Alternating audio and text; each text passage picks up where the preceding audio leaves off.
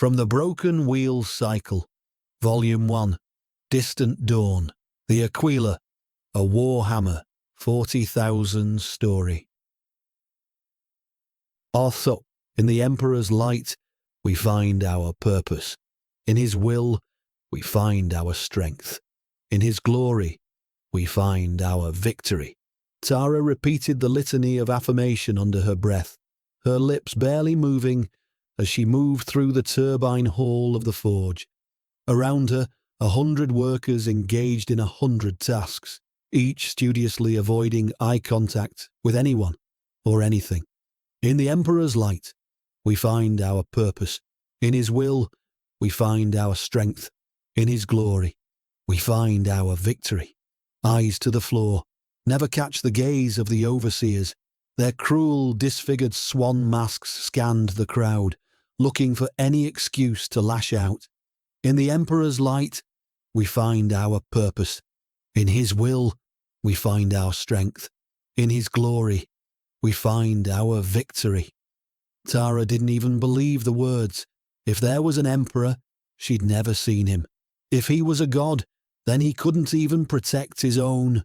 So what was his worth?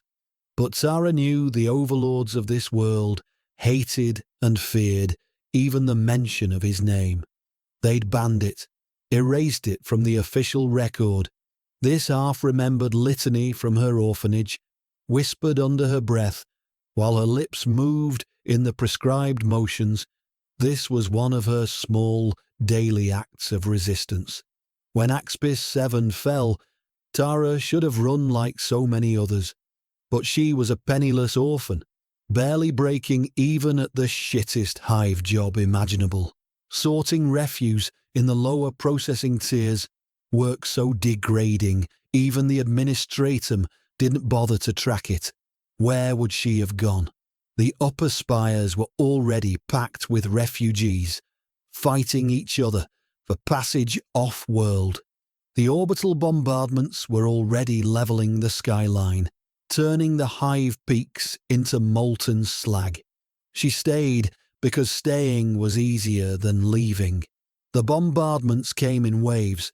She remembers the sound more than anything else. Not the explosions themselves, but the way the earth shook. The way buildings fell like broken teeth. The way the sky turned red and then black. She was in the lower tiers when it happened, sorting through filth, and the collapse above her sealed her in. It could have killed her. Instead, it saved her. Everyone above died, or fled, or was crushed in the panic. But Tara, trapped in the underhive, simply waited. The underhive had always been hell. Now it became a different kind of hell. Darker, hungrier, more desperate. The gangers who'd controlled the lower levels suddenly found themselves rulers of a kingdom of ruins. Refugees flooded down, looking for shelter. Worse things came up from the deep. Things that had been sleeping in the darkness and woke when chaos touched the world. She hid for months. Not alone. No one survived alone in the underhive.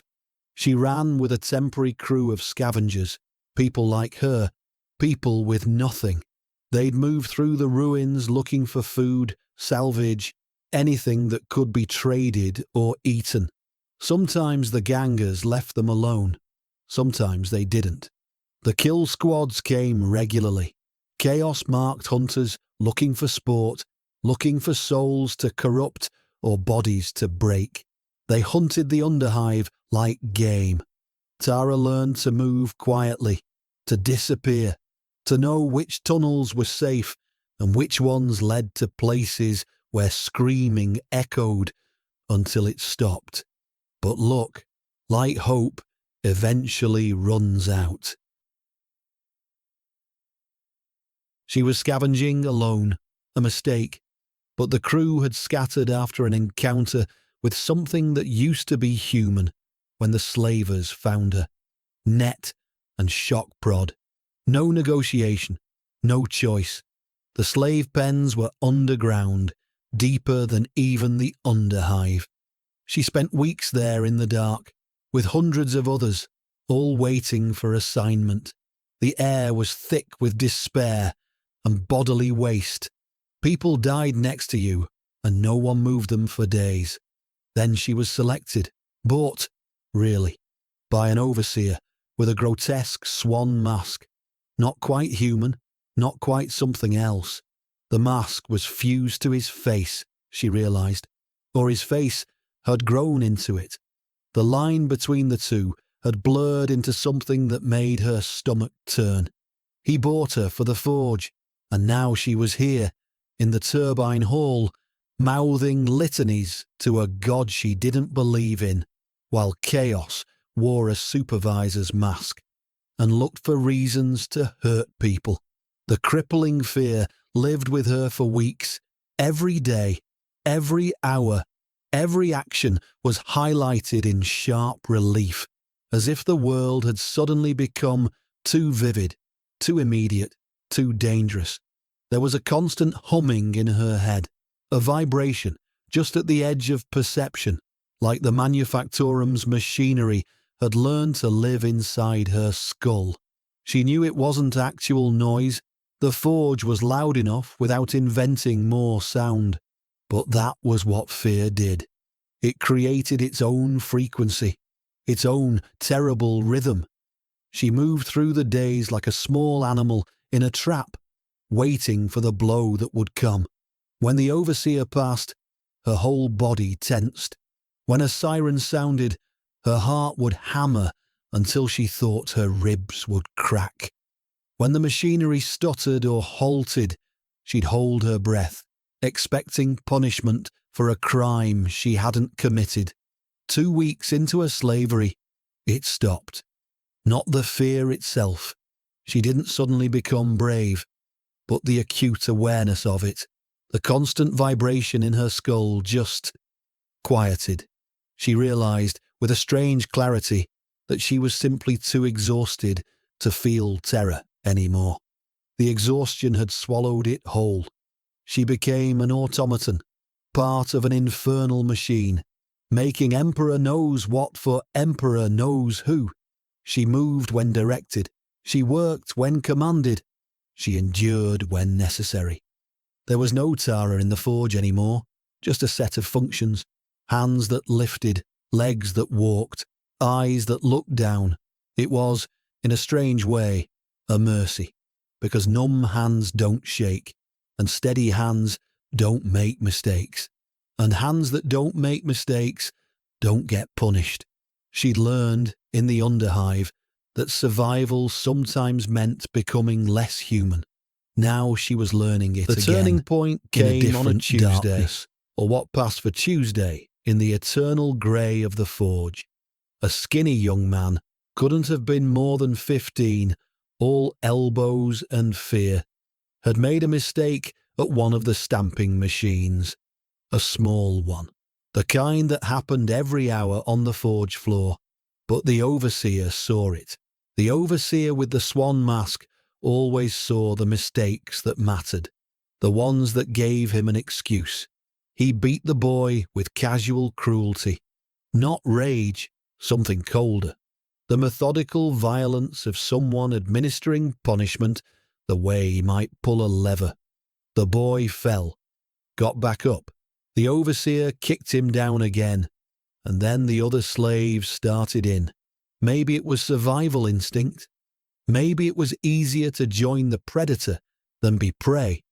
But they circled the boy like scavengers, pushing him down when he tried to stand, laughing with the hollow sound of people who'd learned that cruelty was safer than mercy.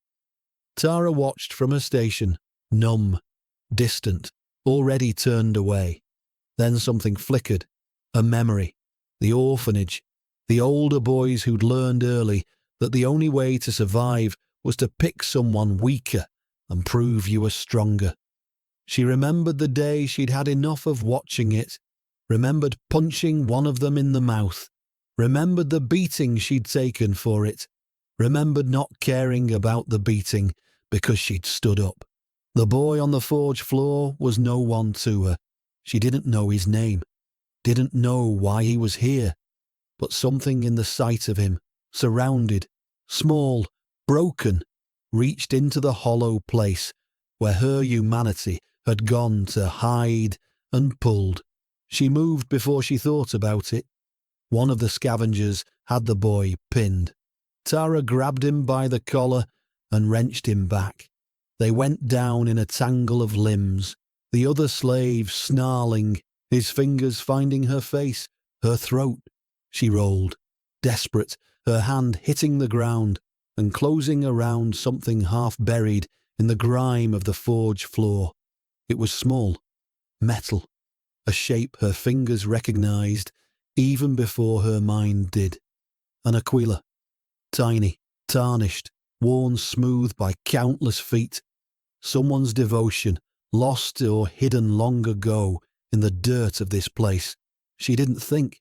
She came up with her hand and slashed it across the slave's cheek.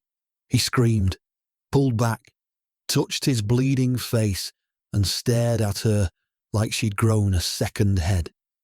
The whole forge seemed to pause. The overseer with the swan mask was watching now, his head tilted in that way that made your skin crawl. But he didn't move, didn't punish her, just observed. Tara stood there, breathing hard, her fist clenched around the Aquila. The metal was sharp. It had drawn blood. The boy scrambled away, limping but alive. The other slaves drifted back to their stations, the moment broken. And Tara was no longer numb. She was afraid again. Terrified, actually. But underneath the fear was something else. Something that felt almost like herself. She looked down at the Aquila in her palm, barely larger than her thumbnail. An emperor she didn't believe in, hidden in the dirt of a forge run by things that weren't human anymore. The overseer with the swan mask turned away. The entertainment concluded. He had once been something else. A supervisor, maybe. Someone dull and tolerable. The kind of man who did his job without pleasure or cruelty. Just the mechanical compliance of someone trying to keep his head down. That man was gone. Now he was a snarling enforcer of the new order, and he took genuine pleasure in intimidation. His movements had become jerky, wrong, like something was puppeting him from just behind his eyes. He'd laugh at pain, at suffering, at the small humiliations he could inflict on the workers who passed through his domain. But sometimes, in the quiet moments between shifts, he would hum a lullaby. Something old and almost human. The kind of song a mother might have sung to a child in a world that no longer existed. He'd hum it while staring at nothing, his grotesque mask tilted upward, and for just a moment she could almost see what he'd been. Then he'd snap back, snap into whatever he was becoming, and that flicker of humanity, that ghost of a person, made him more monstrous than any obvious monster could be. Like a ruin pretending to be a house, like meat wearing a suit of skin that no longer fit. That night, she hid the Aquila in her boot. It became an anchor, a small weight that reminded her she was still herself. And being herself meant she couldn't accept this, couldn't just endure, had to resist. So she began to sabotage. Nothing obvious, nothing that would get her killed, just small things. A canister switched with another during a shift change, nothing that would break immediately, but just enough to throw off calibrations over time. A bolt loosened on a stamping machine, just enough that it would fail after a dozen cycles. A gauge misaligned by fractions of a degree. The precision was important. She'd learned in the underhive that survival came from knowing exactly how much you could do before crossing the line into visibility. How much damage you could inflict without announcing yourself. She was fighting in the only way she knew how. Not with courage, not with idealism, just with the quiet knowledge that if she was going to be caged here, she could at least make the cage rattle. The overseer never noticed. Or if he did, he didn't care. Maybe the chaos flowing through him made it impossible to track the slow degradation of his own machinery. Or maybe some part of him, the part that still hummed lullabies, was glad for the small resistances, the tiny failures that slowed the machine he too was forced to serve. Weeks passed, months. The forge continued its infernal work, but Tara could feel it, a loosening, a fraying at the edges, like a rope being slowly cut, strand by strand. It happened on a day like any other. Tara had loosened a critical relay on one of the main furnace controls 3 days prior, just enough that the thermal cycling would weaken it further with each use. On the 4th day, something else broke. Something she hadn't touched. Maybe spontaneous failure, maybe entropy finally catching up. But the relay shattered under the stress, and the backup systems, which she'd also subtly compromised, couldn't compensate. The sirens came like a scream. Sparks showered the forge floor in golden arcs. Alarms blared. Emergency protocols stuttered to life. The overseer with the swan mask was shouting orders that made no sense, running toward the failing machinery like he could beat it back into compliance. And in that moment of chaos, when every supervisor was focused on the cascading failure, when the machinery itself seemed to be rebelling, the labourers moved. Not all of them. Most stayed frozen, too conditioned to flee even when opportunity presented itself. But some, a handful of the desperate, the ones with nothing left to lose, they ran. Toward the upper levels, toward the exits, toward anything that wasn't this forge. The overseer, panicked, disoriented, was running too, but not toward safety, toward the machinery. Always toward the machinery. Like the thing wearing his skin couldn't accept that its creation was failing. He reached the catwalk above the main furnace pit. Tara watched him from her station. This man who'd beaten the boy. This creature who wore a dead supervisor's skin. This thing that hummed lullabies it no longer understood.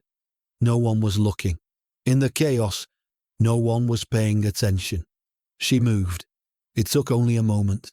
Her hand on his back. A push. Not hard, just enough. He fell. The overseer's mind, what remained of it, flickered with something almost like awareness as he dropped toward the furnace pit. The swan mask caught the light of the flames below. For just an instant, trapped in that falling, he remembered. Not clearly. Chaos had torn those memories to shreds, but in fragments, like looking at a broken mirror. A woman. A face he'd once loved. Children. A home. A man who hummed lullabies to them at night. A man who cared about small things, about comfort, about the weight of being responsible for others. That man was so far away now, buried so deep under the weight of transformation that even this moment of clarity couldn't touch him with regret.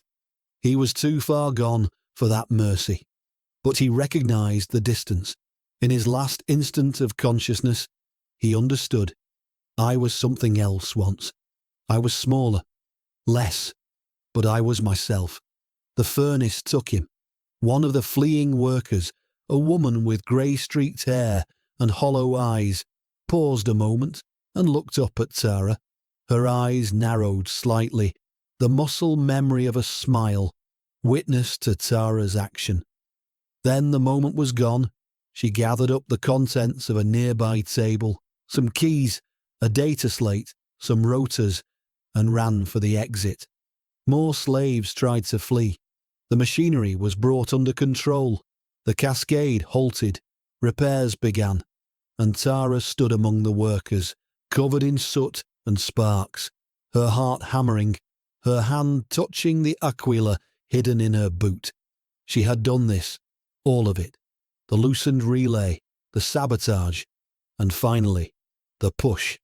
That night, she hid the Aquila back in her boot, and the next morning, when she mouthed the litany, "In the Emperor's light, we find our purpose.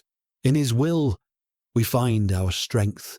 In his glory, we find our victory." The words meant something different. They meant defiance. They meant refusing to disappear. They meant, I'm still here. I'm still human. And I won't kneel to bullies. The repairs on the machinery were nearly complete.